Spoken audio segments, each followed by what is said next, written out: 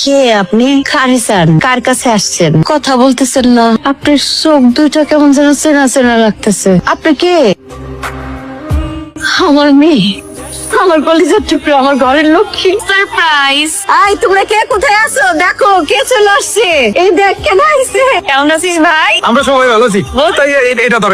আরে আস্তে আস্তে এরা তো সে আগের মতোই দুষ্ট হয়ে গেছে। হরে মা, তোর স্নেহ পায়া এরা নিজেদেরকে পাল্টাইতে পারে নাই। তুই ওদের আচরণে কিছু মনে করিস না। কি মনে করব? তোমাদের জন্যই তো সব কষ্ট করি আমি, তাই না? ওদের সুখ দেখলে তো আমারই ভালো লাগে। তুই মনে হয় খালি খাটোস, নিজের দিকে ফিরে তাকাস না। তো শুকাই গেছিস গা, মানুষের জন্য অনেক খাটছস, অনেক চিন্তা করছস, এবার নিজের দিকে ফিরে চা, নিজের কথা ভাব। আসতে না আসতে এসব কেন বলতেছো মা? এই দুনিয়াটা অনেক স্বার্থপর, তোর নিজের কথা আর কেউই ভাববো না। মনের কথা অনেকজন আছে মা। সারা রাত্র মা আমি দুজনে মিলে গল্প করি। চল, সবার জন্য উপহার নিয়ে আসছি, চিন্তার কোনো কারণ নেই। এত বছর পর আসছি, খালি হাতে আসছে নাকি?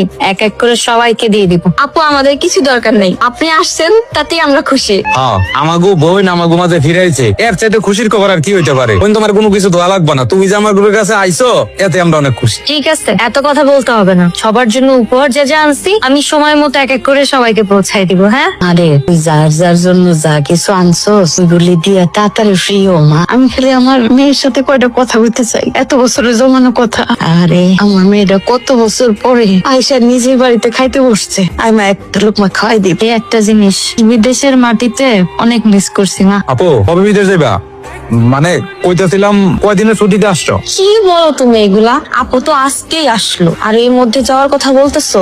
আজকে হোক আর 10 দিন পরে হোক, আপু তো যাবে, চিন্তা করার কি আছে? আমার মেয়েটা আসতে না আসতে ওর যাওয়ার কথা উঠলো কেন? আর তুই কেন বললি মাত্র 10 দিন থাকবে? মাত্র আসলো মেয়েটা, না গেলে কি দরজা ও সারা জীবনে আর গেল না, তাতে কি হলো? গেল না মানে?